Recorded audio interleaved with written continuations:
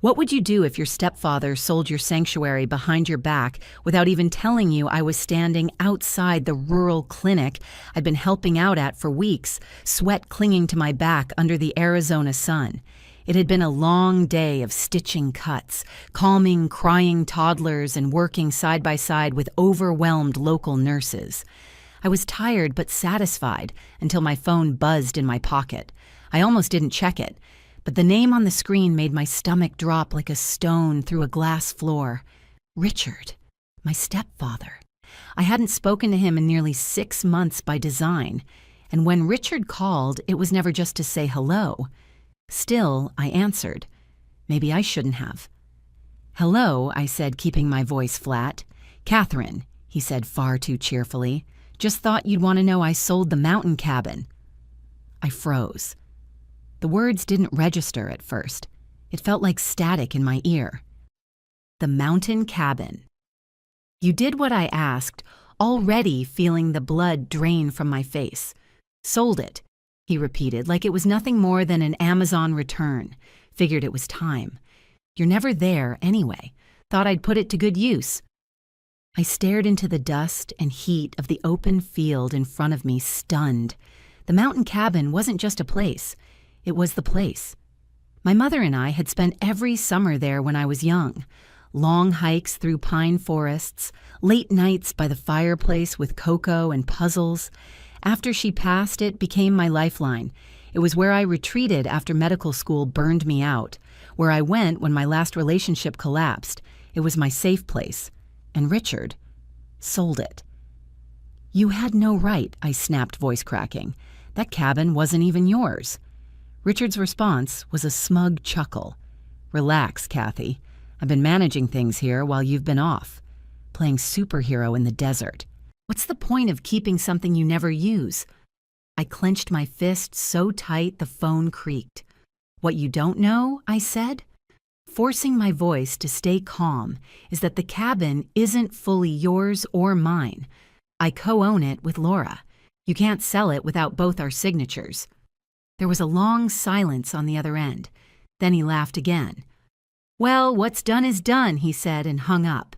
I just stood there staring at the dead screen, my ears ringing with rage.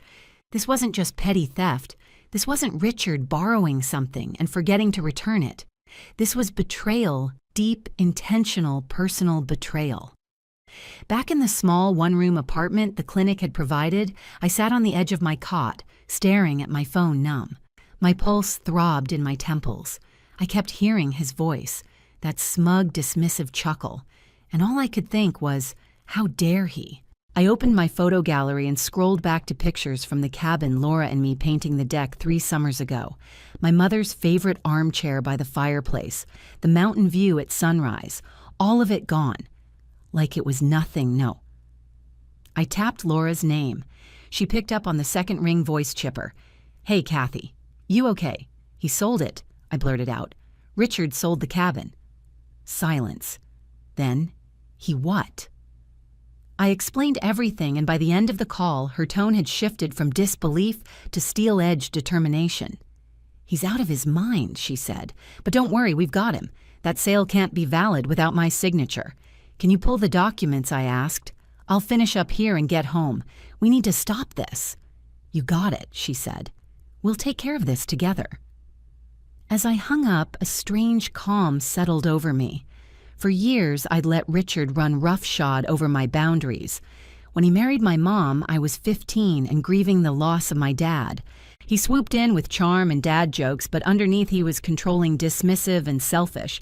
He'd always made himself out to be the hero and me the problem. But I wasn't that silent teenager anymore. I was a grown woman, a doctor, a homeowner, a legal co-owner of the cabin. And I had the law and Laura on my side. He had no idea what was coming. The next few days flew by. Between treating patients and packing up my things, my mind was stuck on Richard. His smug voice, his justifications, his complete lack of shame. He didn't just take my cabin. He tried to erase me from it. I started journaling late at night, scratching furiously into the pages just to release the rage. That cabin had been my reset button. When I was overwhelmed with work, when heartbreak hollowed me out, when I missed my mother most, that's where I went. Once, while repainting the guest room, I found a folded letter my mother had tucked behind a loose panel in the wall. In her handwriting, she'd written, "If you ever feel lost, come here. You'll always find yourself in these walls." I never told Richard about that. I never told anyone, actually, but I remembered it now. This wasn't about money. This was about something sacred, and Richard had tried to steal it. I closed the journal and stared at the ceiling. He had no idea who he was messing with. The moment my plane touched down in Denver, I didn't even stop for coffee. I grabbed my suitcase, headed straight home, and called Laura. She picked up instantly. "I'm back," I said. "Good," she replied, "because we've got work to do." By the time I reached her house, she had the co-ownership agreement spread out across her dining room table. It was pristine, notarized, and airtight. Her fingers tapped the paragraph that sealed everything. Any sale, transfer, or leasing of the property located at 4074 Elkhorn Pass requires the written notarized consent of both parties listed. Laura looked up. "He doesn't have a legal leg to stand on." Relief rippled through me, but it was quickly eclipsed by the raw fury simmering beneath the surface. He thought I'd be too far away to stop him. He thinks I'm still that teenager too scared to challenge him. Laura raised an eyebrow. "Then let's show him he's wrong." That night, I returned to my condo, dropped my bags at the door, and stared at the living room wall for nearly an hour. I wasn't just tired, I was unraveling years of emotional knots. Richard had been a parasite in my life since I was 15. He'd come in after my dad died, swept my mother off her feet, and gradually turned our house into his domain. At first, I wanted so badly for it to work. I even called him Dad once, only once. He corrected me with a smirk and said, "Let's stick with Richard, sweetheart. I'm not trying to replace anyone." But that wasn't true. He was trying to replace something, my voice, my space, my boundaries. When Mom died, I let things slide. I let him take the lead on funeral planning. I let him keep the car. I even let him stay in the house longer than I should have. I just wanted peace. But the cabin was never his. And this time, peace wouldn't come from silence. The next day, Laura and I sat down with a lawyer friend of hers, Monica, who specialized in real estate disputes. "Here's the good news," Monica said, flipping through the agreement. "The sale is invalid. Unless your signature appears on the deed transfer, the county won't legally recognize the change." She leaned in. "But here's the bad news. If the buyer was unaware, they may be entitled to pursue civil damages. Not against you, but Richard. And if this escalates, we're talking potential fraud charges." I blinked. "He might actually face legal consequences." "Absolutely," she said. "He signed something under false pretenses. That's more than a moral screw-up that's illegal." Laura looked at me. "Still want to handle this quietly?" I shook my head. "No, I want it handled correctly." Back at home, I found the mail piled up. Buried in it was a single envelope with no return address. Inside was a handwritten note in slanted, aggressive handwriting. "You're not the only one who cared about that place. You abandoned it. I made it useful again." He didn't even have the courage to call. I crumpled the letter and tossed it into the trash. That night, my phone rang. Richard. I stared at the screen thumb hovering over the decline button. But then I answered. "Well, well," he said, fake cheer clinging to every syllable. "Back to reality, huh? Ready to move past all this drama, Richard?" I said evenly. The sale didn't go through. His tone soured. "What are you talking about?" "The buyer paid. The paperwork's been signed. Not by me," I said, "and not by Laura, which makes the sale invalid. You tried to sell a property you don't own." Silence. "Then always playing the victim, huh? You're just like your mother, dramatic controlling." I didn't flinch. "You're going to stop. Now. We've contacted an attorney. If you so much as step near that cabin again, you'll hear from the authorities next." He scoffed, but it sounded brittle. "You wouldn't do that to your own family. You're not family," I said. "Not anymore." I hung up. For the first time in years, I felt taller, like I had grown 6 inches just by standing up to him. But the real shock came the next morning when Laura texted, "You're going to want to hear this. Call me ASAP." I did. She picked up on the first ring. I pulled the county records, she said, and guess what? There's no official transfer. The paperwork never got filed. The agent flagged it as suspicious. "So it's not even a completed sale?" I asked. "Nope," she said. "Which means we've got leverage and a paper trail." I let out a breath I didn't know I was holding. "You ready for the next step?" Laura asked. I looked around my kitchen. The same house Richard had told me I'd never be able to afford on my own. The same walls he once called a phase before trying to push me into letting him handle my finances. "Yeah," I said. "Let's shut him down." The morning after Laura confirmed the county never processed the sale, we were already moving forward with precision. The legal equivalent of war drums had begun, quiet, steady, and inevitable. Laura's lawyer friend Monica drafted a cease and desist letter. It was cold, clear, and lethal in the way only legal documents can be. Every word was chosen to eliminate ambiguity. No more family discussions. This was now about property theft, plain and simple. We sent the letter via certified mail and email. I imagined Richard reading it, his smirk twitching as each sentence carved out the reality he refused to face. For once, he wouldn't be able to talk his way out of it. Later that day, I got a call from the real estate agent listed on the unofficial documents. Her voice was tense. "Ms. Daniels." "This is Evelyn Burke. I wanted to speak with you directly." I braced myself. "Yes, I had no idea about the co-ownership agreement," she said. "Richard assured me he had sole authority to sell, but something felt off. So I flagged the transaction with the county office and held off on filing the deed. I let that settle. He told you he was the only owner, yes, and he was insistent," she said carefully. "He brought me a signature page, but when I looked closer, I could tell it had been altered. I couldn't prove it, so I stalled. The buyer hasn't paid in full yet. Did he sign the documents alone? Yes," she admitted. "I have the file if you'd like a copy. That would be helpful." I hung up with Evelyn feeling equal parts relieved and sick. Relieved because someone had been paying attention. Sick because Richard had tried to forge his way through this. Laura and I met up that afternoon in my living room, papers spread between us. She'd already received confirmation from Monica that the cease and desist had been delivered. "What's our next move?" Laura asked. "Detective Miller," I said. "We filed a report. He was calm, professional, and efficient. He reviewed the documentation Laura and I provided, the co-ownership deed, Richard's fake sale, documents the real estate agent's testimony.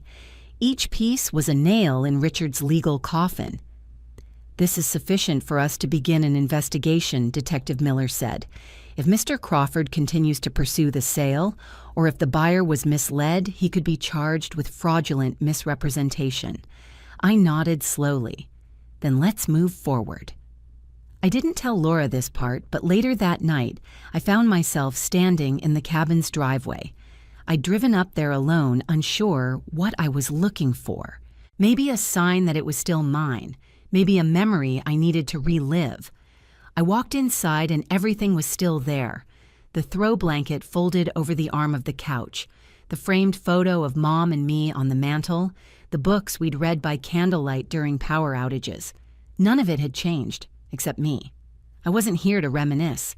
I was here to reclaim.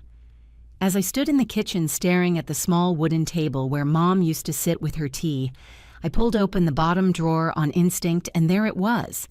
The letter. My mother's handwriting was soft, slanted, and familiar. I'd read it 100 times. My Kathy. If you're reading this, it means you've returned. Maybe you're tired. Maybe the world has been loud. I want you to know this cabin is yours, not just in deed, but in spirit. This is your shelter. Protect it.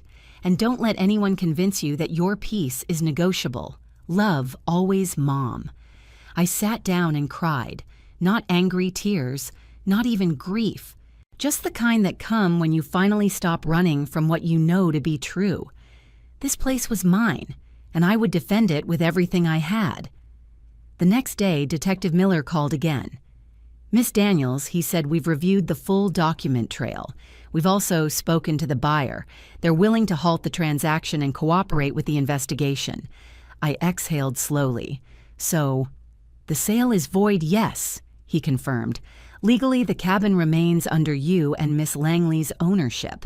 However, we are preparing to question Mr. Crawford. If you're willing to pursue charges, we'll proceed. I am, I said. He crossed a line. He doesn't get to walk away from this one. Understood. That night, Laura came over with a bottle of Pinot Noir. We sat on my porch under a thick blanket of stars. To your mother, she said softly, raising her glass. I raised mine. And to never letting someone like Richard walk all over us again. We clinked glasses. I wasn't just reclaiming a cabin. I was reclaiming my voice. I should have expected it. Richard was never the type to quietly accept defeat, especially not from a woman, let alone the stepdaughter he once dismissed as just a sentimental kid with no backbone. So when the knock came at my door 2 mornings later, I already knew who it was. He didn't even wait for me to open it. He barged in as soon as I cracked it, strutting past me like he still had some authority in my life. Catherine, he drawled, flashing the same insincere smile that had fooled too many people for too long. We need to talk. I closed the door behind him, but stayed standing. I wasn't going to sit and play house. I got your little letter, he said, dropping his keys noisily on the table like he still lived here. Very official. Very dramatic. I folded my arms. Good. Then you know this isn't a game. He scoffed and dropped into one of my dining chairs like he owned the place. You always did have a flair for the theatrical. Look, I admit maybe I moved a little fast, but you weren't using the place, Kathy. I figured why not put it to better use? I took a slow step forward. You forged documents, Richard. You lied to a buyer. You told a real estate agent you had sole ownership. That's not moving fast, that's criminal. His smile faltered. Just slightly. You wouldn't go that far, he said, voice tightening. We're family. I tilted my head. Are we? He stood up suddenly as if trying to reassert control. Do you know what I've done for you? I stepped in when your mother couldn't handle things. I kept the lights on. No, I interrupted. You kept the lights on for yourself. You took over her house, her car, her life. And now you tried to take mine. And I let you for years, but not anymore. He looked stunned, as if hearing me draw the line actually broke some unspoken rule. You think you're so righteous? He spat. Always the perfect daughter. Always the one who got away. No, I said, voice calm but firm. I was the one who stayed quiet too long. He blinked. That hit. Harder than I expected. Then came the venom. You know what? Fine. If you want to drag this through the courts, go ahead. But don't come crying to me when the rest of the family turns their back on you. You'll be alone. Again. I felt that old fear rise in my chest, the one that had always silenced me. But it faded just as quickly as it came. I took a breath. I'd rather be alone than let someone like you walk all over me again. That silenced him. For the first time in my adult life, I watched Richard reach for his coat with a shaky hand. You'll regret this, he said. No, I replied. You will. He slammed the door behind him. I didn't flinch. Instead, I called Laura.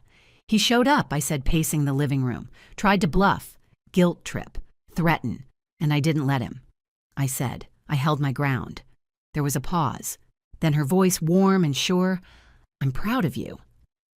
That night, I took my laptop and began organizing the evidence, the signed co-ownership documents, screenshots of Richard's texts, a copy of the cease and desist, the flagged real estate paperwork, Evelyn's statement. Everything was in one folder. I titled it, Cabin Defense, Final. Later that week, Detective Miller followed up. We've contacted the buyer and confirmed their willingness to withdraw, he said. They're angry, of course, but not at you, at Richard. He misrepresented ownership. That's grounds for fraud. We're preparing formal charges. A strange mixture of satisfaction and sadness swelled in my chest. satisfaction that justice was in motion, sadness that it had come to this. "Do you want to move forward with pressing charges?" he asked. I paused for a moment. Then yes, I do.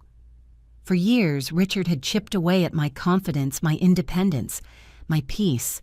Every guilt trip, every manipulation, every backhanded comment at family dinners, every time he told me I was too emotional, dramatic, or selfish.